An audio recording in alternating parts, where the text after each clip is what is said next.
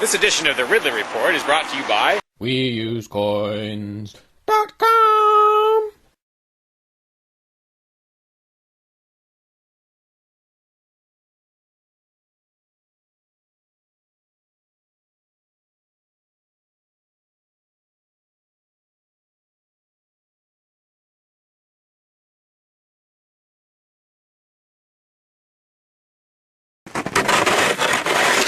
When I was out there a couple years ago, I tried to do a video, I got rid of some of the ice and did a little video about it, suggesting maybe that I shouldn't be the only one. I don't think anyone even paid any attention, unless I'm missing something.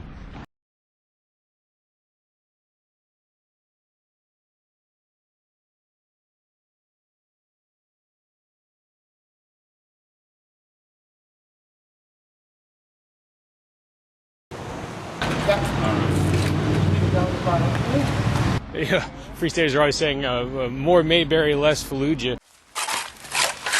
I'd like to say more Mayberry, less Move. If you remember Move, they were the communist-leaning commune in Philadelphia that was burned to the ground by authorities along with most of the neighborhood. Why? Well, because they were perceived as sort of a threat to the neighborhood. Their demeanor and actions didn't really always do much to help ease that perception.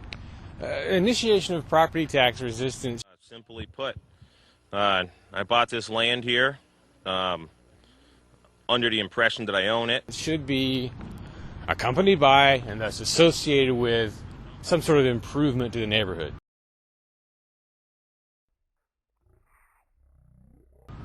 I mean, if you so much as sit on the porch at the CAC and have a conversation, there's a pretty good chance you're going to disturb some neighbors because they're that close.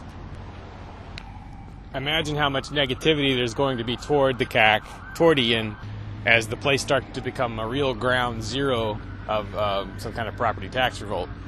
Because a lot of things will probably have to be done at or near the CAC to harden it in some way against the authorities.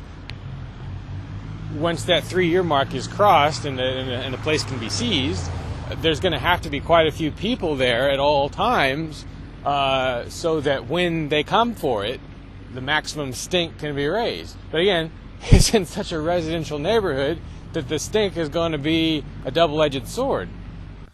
My expectation would be that on the day they come for the house, the authorities will impose...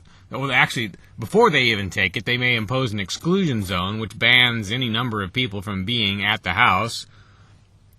On the day they take it, they will probably block roads leading to it.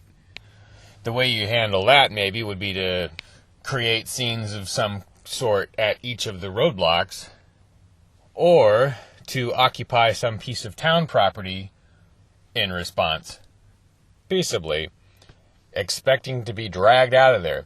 But the goal here, I think, probably should be not just to maximize publicity, everyone already knows that, but to trigger a sort of second or third phase in the property tax revolt, to inspire someone else to do the same thing, hopefully 10 or 15 someone else's. Now, if Ian and company have set different goals, fine. But what exactly are the goals? I mean, there should be clearly defined objectives. Every aspect of this should be documented as well as possible, especially on video. What would be relatively ideal is if there were some situation that could be created where the free keeners, Ian, whoever, are able to broadcast live inside some ongoing situation. So would that require barricades of some kind? Would it require boarding up the windows? Should there be some method by which the people inside the home can render the home unusable to the bad guys after they've got it? Again, in a peaceable manner.